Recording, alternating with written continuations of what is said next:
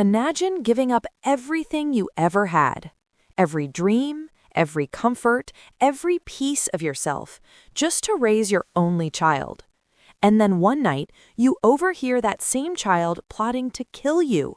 Not strangers, not outsiders, but your own son, your own brother, and your daughter-in-law. All for money. This is the story of Lydia Monroe, a 62-year-old widow who turned the ultimate betrayal into the ultimate revenge.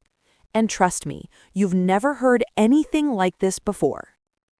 If you've ever been wronged by people you trusted, if you've ever dreamed of karma finally hitting back, this story is for you. Hit that like button if you believe family is defined by love, not blood, and subscribe if you want more stories where karma delivers the justice we've all been waiting for. Because today, you're about to hear how one woman faked her death, exposed her own family's plot, and proved that resilience is the sharpest weapon of all. Lydia Monroe's life was shaped by tragedy. At 20 years old, barely a woman, she lost her husband in a construction accident. One minute she had dreams of a family, a partner, and a future. The next she was standing alone in a funeral dress, clutching her baby boy Javier. Most people would have broken. Lydia didn't. She looked at her son and made a vow. I'll give you everything. I'll make sure you never feel the hunger and fear I feel right now. And she kept that promise. She took on job after job, waiting tables at the diner from dawn till mid-afternoon, cleaning downtown offices at night, and sewing clothes in the few hours in between. Sleep was a luxury she couldn't afford. There were nights she skipped meals so Javier could eat, days she pawned her last pieces of jewelry, her wedding ring, her mother's earrings, just to keep food on the table and pay for Javier's textbooks. She ironed clothes at 2 a.m, whispering to herself, as long as he's taken care of, that's all that matters. Every blister, every aching bone, every sacrifice, she saw it as proof of love. When Javier graduated college, the first in their family, Lydia wept with pride. She thought, finally, he'll understand what I gave up for him. He'll know I loved him with everything I had.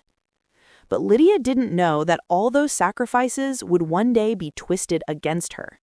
Because the son she raised with her blood, sweat, and tears would one day see her nothing more than a bank account.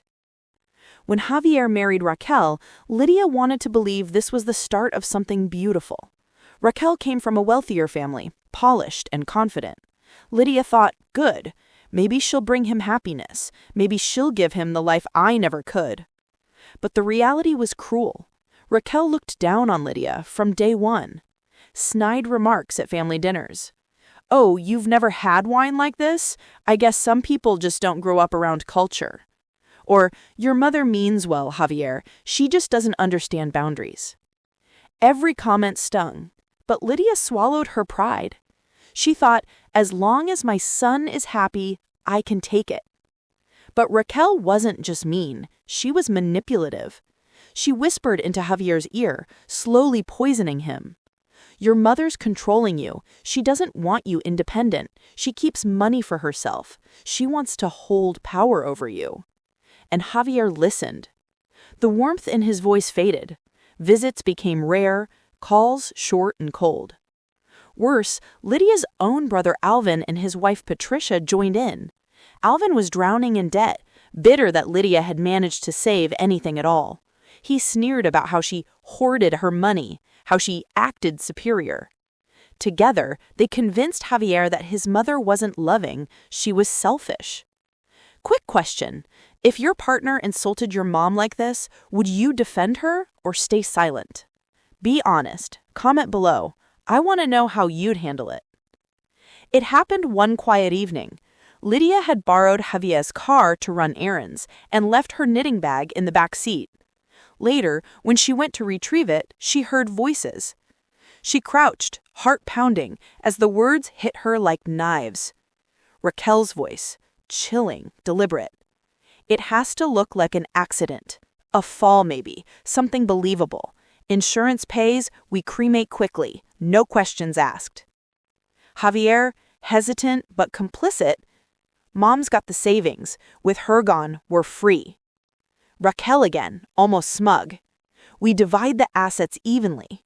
Alvin and Patricia get their share. We pay our debts. It's perfect. And then Javier's voice again, firmer this time. The sooner the better. And Lydia clutched her chest, tears spilling silently down her cheeks. Her son, her brother, her family, plotting her death like she was nothing more than an obstacle in their way. And in that moment, Lydia realized if they wanted her dead, she would give them exactly what they asked for. That night, Lydia cried until her body shook. Every memory of sacrifice replayed in her head. Working double shifts, skipping meals, selling her valuables. And for what? For her son to see her nothing more than a payday. She thought about confronting him, screaming at him. But then fear crept in. If she tipped her hand too early, they might act faster. And then something hardened inside her. She wouldn't be their victim.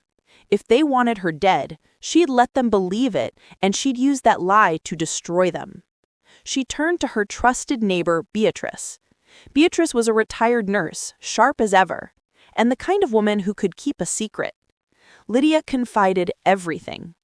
Together, they devised the plan. A staged heart attack, medication to slow Lydia's pulse, Beatrice's medical contacts to declare her dead. And so it began. One morning, Lydia collapsed. Beatrice rushed in, tried resuscitation, and declared her gone. A friendly doctor, in on the plan, signed the certificate. Word spread fast. Javier and Raquel insisted on immediate cremation, exactly what Lydia expected. They wanted no trace. But Lydia wasn't in a coffin. She was hidden in Beatrice's basement, alive. While her family celebrated, she watched. Cameras hidden around the house streamed everything to her. Patricia nearly demanded to view the body again. Beatrice exploded. "How dare you question me? She's gone. Leave her in peace." Patricia backed off, muttering. Lydia, from below, clutched her chest. She was gambling her entire life on this deception. In the weeks that followed, Lydia watched her family unravel. Javier and Raquel clinked glasses. Finally free. Finally our money. Alvin boasted over the phone. "We'll pay off everything. Lydia's savings solved it all." Every cruel word was captured on hidden cameras, logged and stored. Lydia wept as she watched, not just from heartbreak, but from vindication. The world would finally see the truth. Imagine watching your family celebrate your death. Could you stay quiet, waiting for justice, or would you storm in? With journalist Maria Elena Vargas on her side, Lydia planned the perfect reveal. At the will reading, everyone gathered. Javier smug, Raquel icy, Alvin restless, Patricia greedy. The lawyer began, in accordance with Lydia Monroe's will. The doors opened. Gasps, shouts. Raquel fainted. Javier's jaw dropped. Alvin stammered. "Impossible! She's dead!" But Lydia walked in, alive, strong, eyes blazing with fury. Behind her, police officers and cameras. The hidden footage rolled on a screen, every whispered conspiracy, every detail of their plot. The room fell into chaos. Javier stammered, "Mom, I didn't..." Lydia cut him cold. "You tried to fix me into a coffin. Now face the truth." Police cuffed him on the spot. The empire of lies they built collapsed in an instant. The courtroom trial was brutal. The defense tried painting Lydia as controlling, but the jury saw through it. Javier, Raquel, Alvin, and Patricia were all convicted of conspiracy to commit murder and insurance fraud. Lydia stood tall, testifying about her sacrifices. For once, her voice was heard. When it was over, she sold her old home, too full of pain. She donated money to scholarships for single mothers. She built a new chosen family, surrounding herself with people who understood betrayal. Months later, a letter came from Javier in prison. Apologies, excuses, regret. Lydia read it, sighed, and whispered, "I forgive you, but I'll never forget." She folded it away, her heart both heavy and free. Because family isn't blood. Family is love. Family is who shows up when you're broken, not who pushes you closer to the grave. Lydia's story is proof that betrayal cuts deepest from those closest to us, but it also shows that resilience, patience, and intelligence can turn the cruelest betrayal into justice.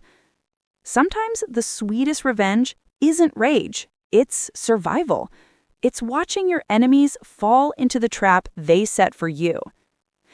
If this story gave you chills, smash that like button to show Lydia's strength some love.